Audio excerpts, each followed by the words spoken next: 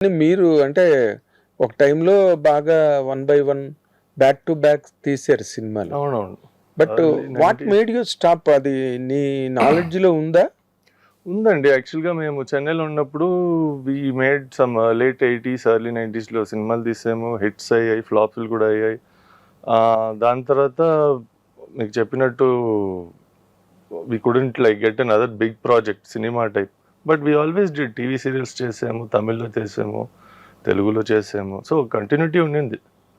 దాని తర్వాత I think 99-2000లో వి మేడ్ హ్యాండ్సప్ అని ఒక సినిమా తీసాం. బ్రహ్మానందం గారు, నాగబాబు గారు అండ్ మదర్ మీరు ముగ్గురు చేశారు. Siva Nageswara Rao. Yes. That movie unfortunately అది అంత పెద్ద వర్కౌట్ అవ్వలేదు. కానీ it's lot of people told me అది కల్ట్ సినిమా అయిపోయింది ఎందుకంటే కామెడీ వల్ల అని. Maybe it was two ahead of it's time చెప్పొచ్చు. ఆ సినిమా ఒక 5 years 6 years తర్వాత వచ్చి ఉంటే ఆడియన్స్ రెస్పాన్స్ వేరేలా ఉండేదేమో. But we don't know. Chiranjeevi garu కూడా క్లైమాక్స్. సోను సూద్ గారు డెబ్యూ అది తెలుగులో, ప్లస్ ఆయన విలన్ గా చేశారు. సో చాలా మంది ఆ cinema it was a very good film. But unfortunately అలాగే ఉంటుంది movie industry, ups and downs. ఆ సినిమావే మీకు చాలా ఇబ్బంది పెట్టింది. దాని తర్వాత వీవర్ లైక్ ఓకే ఇప్పుడు మళ్ళా సినిమాలు తీయాలంటే ఇది చేయాలి అది చేయాలి. హైదరాబాద్కి షిఫ్ట్ అయ్యాము. ఇక్కడికి వచ్చి మళ్ళా అమ్మ యాక్చువల్గా అప్పటికి ఒక ఆర్టిస్ట్గా షీ వాజ్ లిటిల్ బిహైండ్, తగ్గుతున్నారు. కానీ ఇక్కడ రాగానే దెన్ అమ్మా నాన్న తమిళమ్మ అయింది. ఆ సినిమా revamped her career again, almost second innings లాగా అని చెప్పి. సో అక్కడి నుంచి again we been sustaining, making films. We want to be part of the industry. మాకు సడన్గా సినిమాలు వదిలేసి ఏదో బిజినెస్ స్టార్ట్ చేద్దాం, ఇది స్టార్ట్ చేద్దాం అంటారు. ఫస్ట్ ప్యాషన్ కూడా లేదు చేయాలన్నా. సో మాకు సినిమావే ప్యాషన్. సో ఎనీ ఫామ్, అది బిహైండ్ ద కెమెరా ఉండొచ్చు, ఫ్రంట్ ఆఫ్ ద కెమెరా ఉండొచ్చు, it will be a part of it. మరి డైరెక్షన్ అన్న దాని వైపు మళ్ళీ వెళ్ళలేదా? దాని గురించి అందులో ఏం జరిగింది? సార్ నాకు పర్సనల్గా డైరెక్షన్ అంటే కమర్షియల్ సినిమా డైరెక్షన్ కొంచెం నిజంగా నేను నేర్చుకోవాలి. అంటే I have to, it's not part of my forty. అంటే నాకు అది మేబీ రాదేమో అంత కమర్షియల్గా ఒక సినిమా ఒక హీరోని పెట్టి మసాలా ఫ్లిక్ అంటే కరెక్ట్గా action, comedy, music, dance numbers, more of art film, indie films అలాంటి. I write my own scripts. Primarily I'm writer I can say. Secondary direction ఒక 4-5 స్టోరీస్ ఉంది నా దగ్గర which I want to direct. అది ఎప్పుడు నాకు అవకాశం దొరుకుతుంది. కమర్షియల్ సినిమా చేయలేనంటున్నావు. అదేనండి, ఇప్పుడు నేను ఆర్టిస్ట్గా యాక్టింగ్ చేస్తున్నాను. ఒక 4-5 మూవీస్ వస్తే నాకు ఒక కొంచెం అలవాటు అవుతుంది. ఆ ఇమేజ్ పెట్టుకుని maybe I make 2-3 small movies. దాంట్లో నుంచి కొంచెం మంచి పేరు వస్తే as a director maybe I can attempt something which is larger than life, ఒక హై కమర్షియల్ స్కేల్ సినిమా లాగా. బట్ అట్లీస్ట్ ఫార్ నౌ కొంచెం ఇండిపెండెంట్ సినిమా, లోవర్ బడ్జెట్స్, కొత్త వాళ్ళు పెట్టుకుని అలా social message type of movies you can say. అంటే we all have something to say to the world.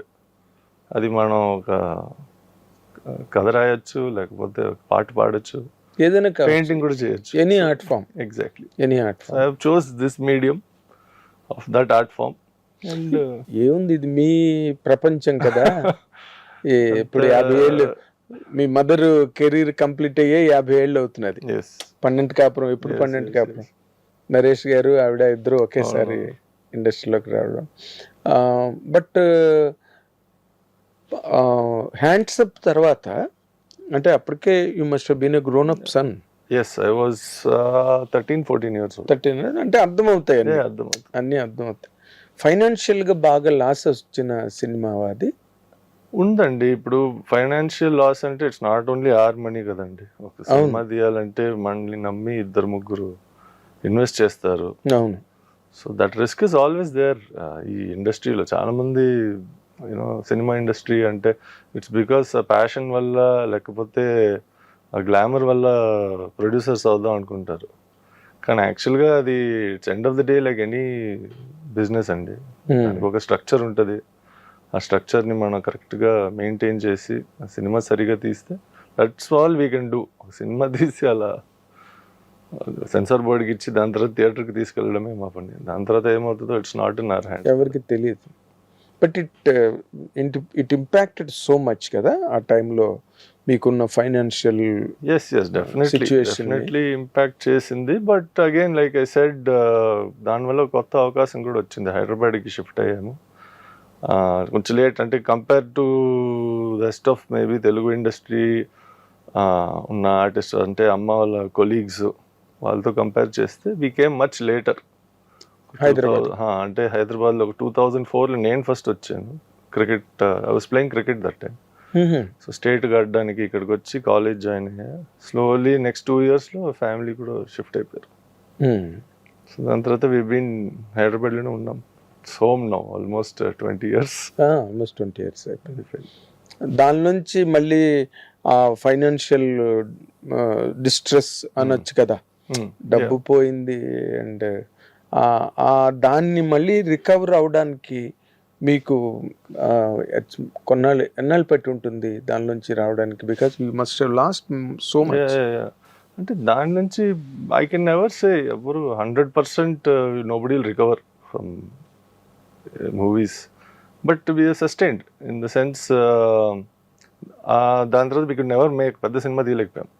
Almost ఈ గుంటూరు టాకీస్ 2014-15, సో ఒక 12 to 13 years ఒక సినిమా తీద్దామని మళ్ళీ అది మైండ్లో రాలేదు. వీఆర్ డూయింగ్ తమిళ్లో ఒక సీరియల్ చేస్తూ ఉన్నాం అప్పుడు. దాని తర్వాత సో తమిళ్లో జయ టీవీ ఒక సీరియల్ చేసాము. అది ఒక 3-4 years నచ్చింది. దాని తర్వాత we're doing small projects. ETV ఒక telefilm, small projects like that. కానీ ఒక ఫుల్ ఫ్లెజ్డ్గా పెద్ద సినిమా తీసి ఆ సినిమా అంటే ఒకే బాల్లో 6 కొట్టాలంటే కమర్షియల్ సినిమా మనకు ఆ అవకాశం ఇస్తుంది. అవును, సీరియల్స్ ఇదన్నీ it's end of the day it's a business మనకు. ఒక ఊరికే అది మెయింటెనెన్స్ వరకు. ఎందుకంటే మీ లెవెల్ ఆఫ్ స్టాండర్డ్స్ లో మెయింటెనెన్స్ కే బోల్డ్ అయిపోతుంది. అవును కదా, ఒక స్టార్ ఇమేజ్ మెయింటైన్ చేయాలి. అంటే ఇప్పుడు కొంచెం ఎక్కువైంది అనుకుంటా. ఇప్పుడు ఎక్కువైంది అంటే కంపేర్ చేస్తే సొసైటీలో ముందు కొంచెం బాగా సింపుల్ గా ఉండేవారు. మెడ్రాస్ లో ఉన్న రోజుల్లో చాలా సింపుల్ గా ఉండేవారు. అంటే నాకు ఇంకా గుర్తుంది, హైదరాబాద్ కి 2004లో వచ్చా. చెన్నైలో జయసుధ గారు కొడుకు 2-3 తెలిసేమో. లేకపోతే ఆటోలో బస్సులోనే తిరిగేవాడిని. ఇక్కడికి వచ్చి కూడా ఆటో బస్సులోనే తిరిగేవాడిని. చాలా మంది వచ్చి మీరు ఎందుకంటే బస్సులో తిరుగుతున్నారు అంటే నాకు అప్పుడు కన్ఫ్యూషన్, ఎందుకు తిరగకూడదు బస్సులో అని. అంటే డిస్టెన్సెస్, నేను క్రికెట్ ఆడడానికి సికింద్రాబాద్ వరకు వెళ్ళాలి రోజు. అక్కడ 6 లోపల లేదు, గ్రౌండ్లో లేనంటే మా కోచ్ రిటర్న్ పంపించేస్తారు. మార్నింగ్ 6. సో జూబ్లీస్లో 4:15 అలా లేచి పెద్దమ్మ గుడి దగ్గరికి వెళ్ళి 10H బస్ పట్టుకుని కిక్ బ్యాక్తో పాటు అక్కడికి వెళ్ళేవాడిని గ్రౌండ్కి. మళ్ళీ ఆడేసి అక్కడి నుంచి మళ్ళీ రిటర్న్ సేమ్ 10H బస్ పట్టుకుని యూసఫ్ కూడా సెయింట్ మేరీస్ కాలేజ్కి వెళ్ళేవాడు కిక్ బ్యాక్తో.